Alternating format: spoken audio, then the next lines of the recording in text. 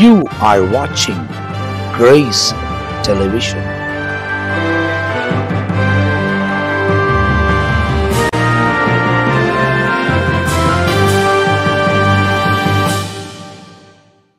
Praise the Lord. Grace டிவியில் talk with Jesus என்ற ப்ரோக்ராமில் உங்களை பார்ப்பதில் மிகவும் மகிழ்ச்சி அடைகிற சந்தோஷம். கர்த்தர் தாமே ஒவ்வொரு நாளிலும் உங்கள் ஒரு வெற்றி உள்ள கிறிஸ்துவ வாழ்க்கை வாழ கர்த்தர் உங்களுக்கு கிருபை செய்வாராக.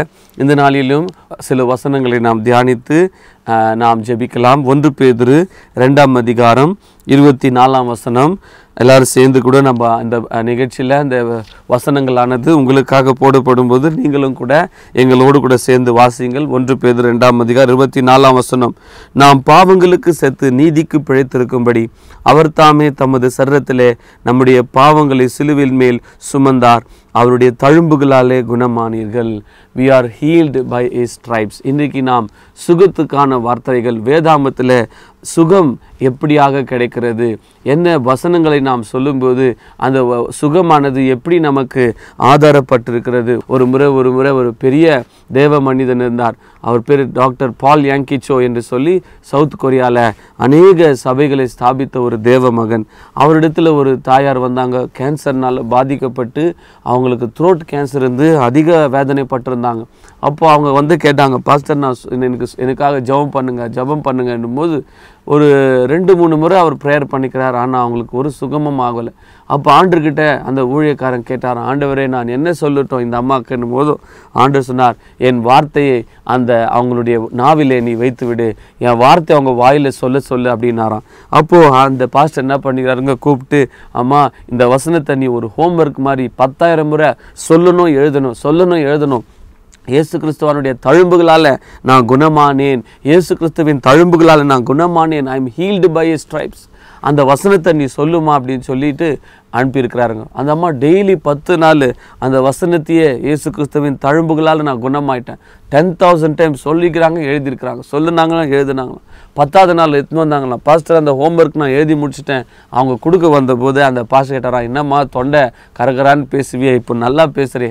அப்போ அவங்க ஆச்சரியப்பட்டு, நான் இந்த 10 நாளாக எனக்கு தொண்டை கேன்சர் இருக்குது, நான் மறந்துட்டேன், இந்த வசனத்தையே நான் சொல்லின்னு இருக்கிறேன் பாஸ்டர்ன்னு சொன்னாங்களாம். அப்போது போய் செக் பண்ணி பாருமான்னு செக் பண்ணி பார்த்தா அந்த தொண்டையில் அந்த கேன்சர் கட்டியே இல்லைங்களாம். அப்போது அவர் சொல்கிறாரு, அந்த வார்த்தையே ஜீவனாக மாறி அந்த வார்த்தையே சுகத்தை கொடுத்தது. பிரியமானவர்களே, பைபிள் இருக்கிற ஒரு வசனமும் கூட it is life and spirit. John 6:63 வாசிக்கிறோம்.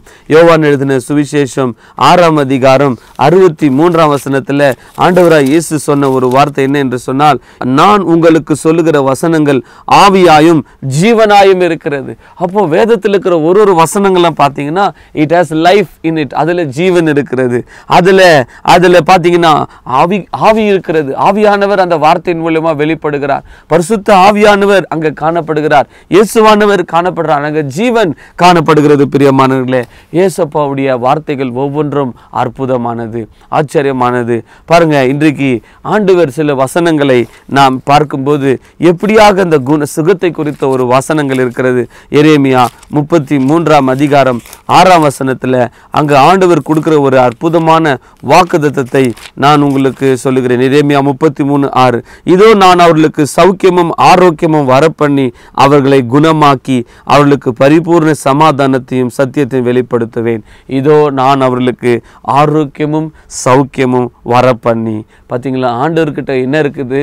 ஆண்டவர்கிட்ட சௌக்கியம் இருக்குது, ஆரோக்கியம் இருக்குது, அவர்களை குணமாக்குகிறவர். நம்முடைய ஆண்டவராக இயேசு கிறிஸ்துவனுடைய தழும்புகளால் நீங்கள் குணமானீர்கள். ஆண்டவராக இயேசு கிறிஸ்துவை 2 கையும் கட்டிட்டு அவரை சாட்டியில் அடித்தாங்கன்னு வேதம் சொல்லுதுங்க. அந்த பார்த்தீங்கன்னா ஒரு இரும்பு கொக்கி மாதிரி இருக்காங்களாம். அந்த அடிக்கும் போதெல்லாம் அந்த சதை அது அப்படியே பிரிட்டு வந்ததுன்னு பார்க்குறோம். அப்போது இந்த ஆண்டவராக இயேசு கிறிஸ்துடைய சரீரத்திலான அந்த காயத்தின் மூலமாக நாம் குணமாக்கப்பட்டோம்.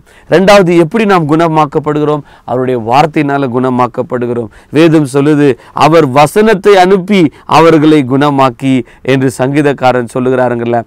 சங்கீதம் 107ஆம் அதிகாரம் 19ஆம் வசனத்தில் வருகிறது. சங்கீதம் 107ஆம் அதிகாரத்தில் ஒரு அற்புதமான ஒரு வசனம், அவர் அவர் வசனத்தை அனுப்புகிறார். The Lord sends his word and heals their disease. பாருங்க 20ஆம் வசனம் Psalms 107:20. அவர் தமது வசனத்தை அனுப்பி அவர்களை குணமாக்கி அவர்களை அழிவுக்கு தப்புவிக்கிறார். பாருங்களேன், வசனத்தை அனுப்புகிறார். ஒரு முறை ஏசப்பா கிட்ட ஒரு சென்ச்சுரியன் வருகிறான். வந்துட்டு ஆண்டவரே என்னுடைய வேலைக்காரர் ரொம்ப பலவீனமாக இருக்கிறான், அவனுக்கு சுகத்தை தாரோம் அப்படின்னு சொல்லுகிறான். அப்போ ஆண்டவர் இயேசு சொல்கிறார், நான் வரேன்பான்றார்.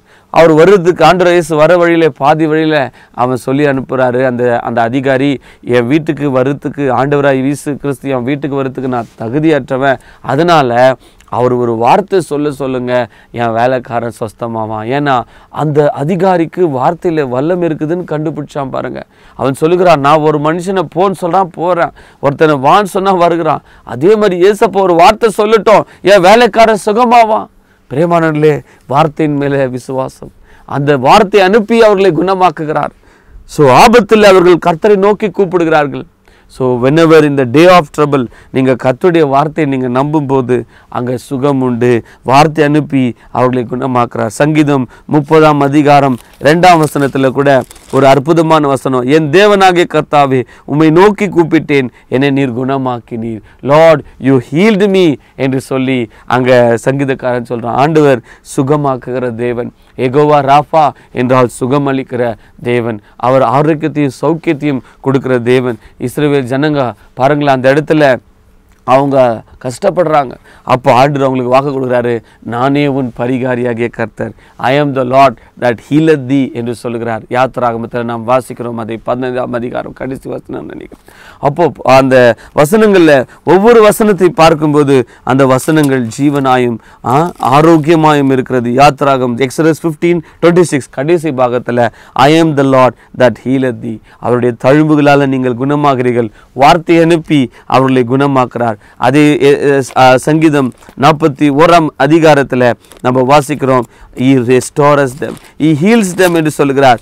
அதே சங்கீதம் 41ஆம் அதிகாரம் 3ஆம் வசனம், படுக்கையின் மேல் வியாதியாய் கிடக்கிற அவனை கர்த்தர் தாங்குவார், அவனுடைய வியாதியிலே அவன் படுக்கை முழுவதும் மாற்றி போடுகிறார். நம்முடைய படுக்கையை மாற்றுகிற தேவனாய் இருக்கிறார். எவ்வளோ அற்புதம் இல்லைங்களா? அவருடைய காயத்தினால நமக்கு சுகம். அப்பத்தையும் தண்ணீரை ஆசிர்வதித்து நோய்களை உன்னை விட்டு விலக்குவேன் என்று சொல்லுகிறார். எவ்வளோ அற்புதமான வாசிக்கிறோம். நம்முடைய ஆண்டவர் சுகத்தை கொடுக்கிறார். சங்கீதம் 103ஆம் அதிகாரத்தில் நம்ம வாசிக்கிறோம், அங்கு கூட சுகத்தை குறித்த வாசனங்கள் எவ்வளோ அற்புதமாக உண்டு. அதனால நம்முடைய வாழ்க்கையில் எந்த நோயாக இருந்தாலும் சரி, எந்த பலவீனமாக இருந்தாலும் சரி, ஆண்டவரே என்னை குணமாக்கும் என்று நீங்கள் கூப்பிடும் போதோ அவர் குணமாக்குறார். சங்கீதம் 103ஆம் அதிகாரம் 3ஆம் வசனம், அவர் உன் அக்கிரமங்கள் எல்லாம் மன்னித்து உன் நோய்களை எல்லாம் குணமாக்கி, he forgives all our sins, நம்முடைய நோய்களை எல்லாம் குணமாக்குறார், நம்முடைய அக்கிரமங்களை மன்னிக்கிறார், நோய்களை குணமாக்குறார். அப்போ பாருங்க, ஒரு மனுஷன் திமிர்வாத காரணா படுத்த படுக்கையா அவனை தூக்கின்னு வந்து இருக்கிறாங்க ஆண்டவராய் இயேசு முன்னால. ஆண்டவர் சொன்னார், மகனே உன் பாவம் உன்னை மன்னிக்கப்பட்டது, எழுந்து நட அப்படின்றார். நீ எழுந்து போவோம், படுக்கை எடுத்து நட அப்படின்னு யோவான் 5ஆம் அதிகாரத்தில் சொல்றார். அப்போ ஆண்டவராய் இயேசுனுடைய வார்த்தையில சுகம் உண்டு, ஆண்டவராய் இயேசுனுடைய வார்த்தையில அங்கே ஹீலிங் உண்டு, அவருடைய தழும்புகளால குணமாகிறீர்கள். ஸோ நம்ம கூடங்க யாக்கோபு 5ஆம் அதிகாரம் கடைசி 6ஆம் வசனம், நீதிமான் செய்யும் ஊக்கமான வேண்டுதல் மிகவும் பலனுள்ளதாக இருக்கிறது. ஜேம்ஸ் சாப்டர் 5ல நம்ம வாசிக்கிறோம், அங்கே சபையில் இருக்கிற மூப்பர்கள் ஜெபிக்கும் போது ஜேம்ஸ் 5:16 யாக்கோபு 5:16 வசனத்தில் நீங்கள் சொஸ்தம் அடையும்படி உங்கள் குற்றங்களை ஒருவருக்கொருவர் அறிக்கையிட்டு. நிறைய முறை ஏன் நமக்கு சுகமாகறதில்லை அப்படின்னா, நிறைய முறை பகை, குரோதம், விரோதம், நம்ம மற்றவங்களை மன்னிக்காத அன்ஃபர்கிவ்னஸ், மற்றவங்களை மன்னிக்காத ஒரு இருதயம், மற்றவங்க மேலே ஒரு பகை, இப்பேற்பட்ட இருதயம் நம்ம வச்சிருந்தா சுகமாக முடியாதுங்க. ஸோ வென் வி ஃபர்கிவ், ஒருத்தர் குறைகளை நாம் அறிக்கையிட்டு ஒருத்தருக்காக ஒருத்தர் ஜபம் பண்ணும்போதோ, நீதிமான் செய்யும் ஜபம் வர்சஸ் 15ல் வாசிக்கிறோம், விசுவாசமுள்ள ஜபம் பிணியாலை ரட்சிக்கும், கர்த்தர் அவனை எழுப்புவார். ஸோ ஆண்டவர் எழுப்பக்கூடிய தேவனாக இருக்கிறார். அதனால நம்ம இன்றைக்கு எந்த நிலைமையில் இருந்தாலும் சரி, spiritual life or physical life, God is able to heal all of you. ஆண்டவர் நம்ம அவருடைய வார்த்தை அனுப்பி குணமாக்குறார். அவருடைய தழும்புகளால் நீங்கள் குணமார்கள். இன்னொரு அற்புதமான வசனத்தை நான் சொல்லி முடிக்கிறேன். மத்தேயு எழுதின சுவிசேஷம் 8ஆம் அதிகாரத்தில் அங்கே அவர்தாமே நம்முடைய நோய்களை சுமந்தார். Matthew 8:17 அந்த வசனம் உங்களுக்கு டிஸ்பிளே ஆக படிங்க. நம்முடைய நோய்களை சுமந்தார். பாருங்க, அவர்தாமே நம்முடைய பலவீனங்களை ஏற்றுக்கொண்டு நம்முடைய நோய்களை சுமந்தார். உங்களுடைய நோய்கள், உங்களுடைய பாவங்கள், உங்களுடைய பலவீனங்கள் எல்லாவற்றையும் ஆண்டவராக இயேசு கிறிஸ்து சிலுவையில் சுமந்துட்டாரு. அவருடைய தழும்புகளால நீங்க குணமாயிட்டீங்க. இந்த வசனங்களினால இந்த நாளில உங்களை கர்த்தர் ஆசீர்வதிப்பாராக. அவங்களுக்கு பரிபூர்ண சுகத்தையும் ஆரோக்கியத்தையும் கொடுத்து உங்கள் குடும்பத்திலும் உங்களுடைய வேலையிலும் ஒவ்வொரு இடத்திலும் தேவனா கர்த்தர் ஆசீர்வதிப்பாராக. ஜெபம் செய்யலாம். அன்பின் பரலோக பிதாவே, இந்த அருமையான நாளுக்காக ஸ்தோத்திரம்.